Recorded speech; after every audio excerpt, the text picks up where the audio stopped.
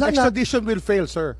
Extradition will fail because wala ho kung ako tatanungin nyo ngayon, kasi nga wala nga tayong treaty. So, kung extradition po na nasasabi po sa Section 17 ay meron pong treaty sa extradition, sa extraditing state. Kung ano ho, bawa, ang ICC tsaka ang Pilipinas, kung tayo po member ng ICC, kailangan po ng judicial proceedings. Hindi na po tayo member ng ICC Kasi kung member po tayo ng ICC, nakakatulong sana kay President Duterte na hindi po siya ililipad. Siya po yung mismo nag-atras ng ating membership Mas gustuhin kong intayin ang magiging hatol ng Korte Suprema sa issue. Hindi ho natin kahit magdamag po tayo rito, hindi ho magbabago ang paningin nyo at hindi ho magbabago ang paningin ko. And I'd like to call on Justice Ascuna at this juncture. Reference has been made to RA 9851, yung Article 17 nga na sinasabi, na sa ngayon, hindi na yung Rome Statute kasi post-2019 na tayo, no? So, ang huling kataga, pursuant to the applicable extradition laws and treaties. It's very clear, it's the last sentence of Article 17. And in an interview, the former Supreme Court Justice Adolfo Ascuna opined that surrender must be made pursuant to an applicable treaty. And since the Philippines is no longer a party to the Rome Statute, what then is the applicable treaty? Wala nang treaty. Dahil ang ini-invoke nga yung Rome Statute, wala na ngayon. Siguro si Justice Ascuna mas mahusay magpaliwanag.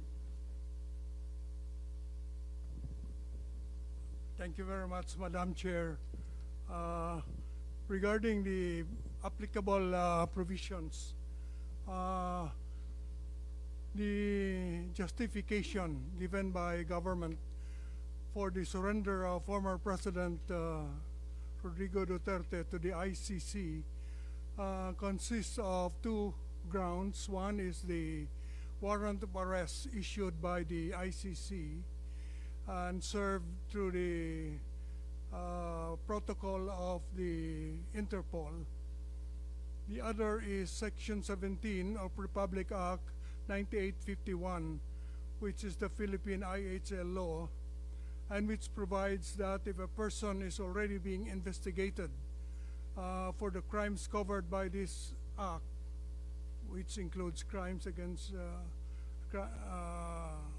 which includes the crimes for which President Duterte is being charged, is already being investigated by an international tribunal, the relevant Philippine authorities may surrender such person to the international tribunal, but it adds pursuant to the applicable extradition laws and treaties. Ngayon, ang tanong, ito bang last sentence na ito, which provides for the requirement that the surrender should be pursuant to applicable treaties, is still applicable since we don't have anymore the Rome Statute.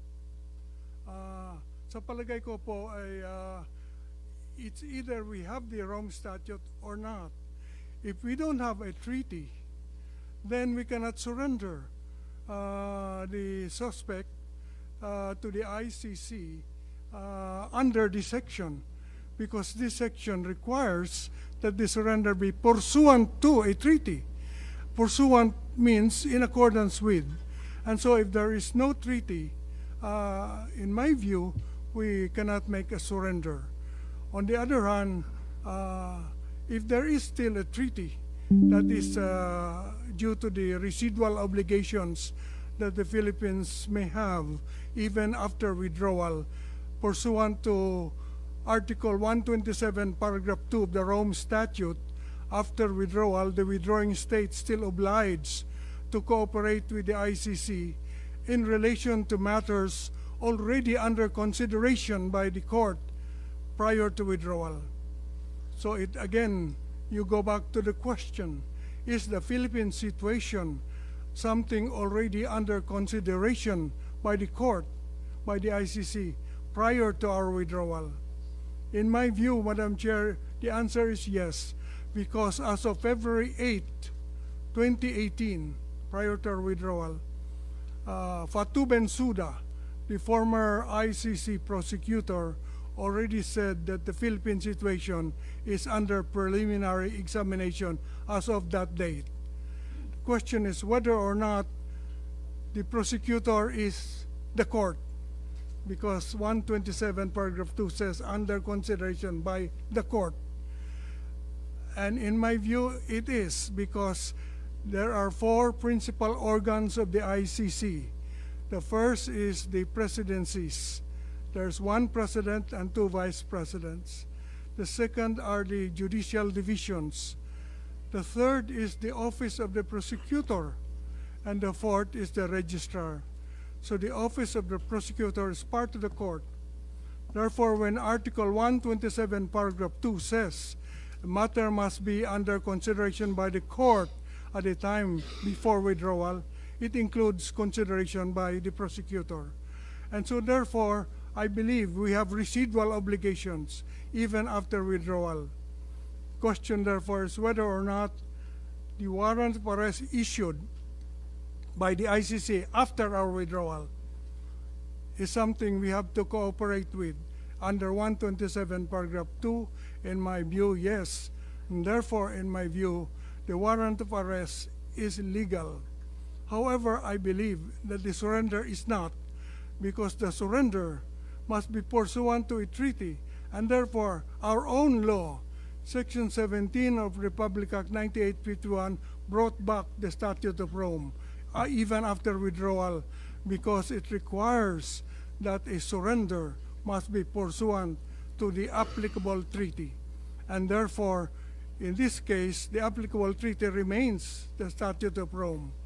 And thus, we have to follow Article 59 of the Statute of Rome, which requires that the custodial state, namely the Philippines, must first bring the arrested person to a local court to determine two things: whether or not the person is really the one named in the warrant; second, whether or not the person has been informed of the charges against him or her.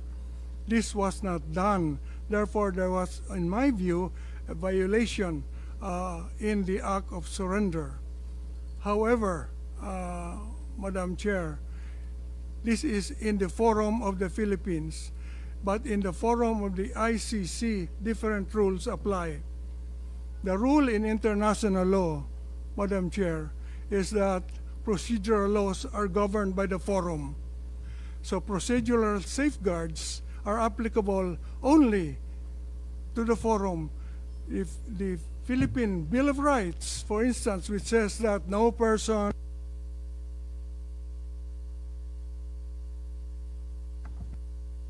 however, criminal proceedings before the ICC is governed by their own procedure. This is in accordance with private international law, that procedure is governed by Lex Fori, the law of the forum. And therefore, we go to the procedure in the ICC. In the ICC, I believe they follow what is called mali coptus beni detentus, meaning that even if the arrest is illegal, the detention can be legal. It does not automatically mean that if the arrest was illegal, the person arrested must be released. They will balance, it's a balancing act. They will balance the illegality of the arrest with the need to prosecute someone for very serious offenses under international law. And in their view, the balance weighs in favor of prosecution.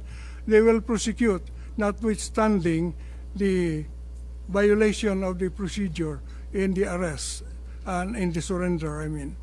Therefore, it depends on whether you're talking about Philippine Forum or the ICC. The ICC, I believe, will follow their own procedure, whereas in the Philippines, as it is now pending in the Philippine Supreme Court, in my view, there is a violation and there will be consequences for that violation. Thank you, Madam Chair. Thank you very much, Justice Ascuna. As usual, we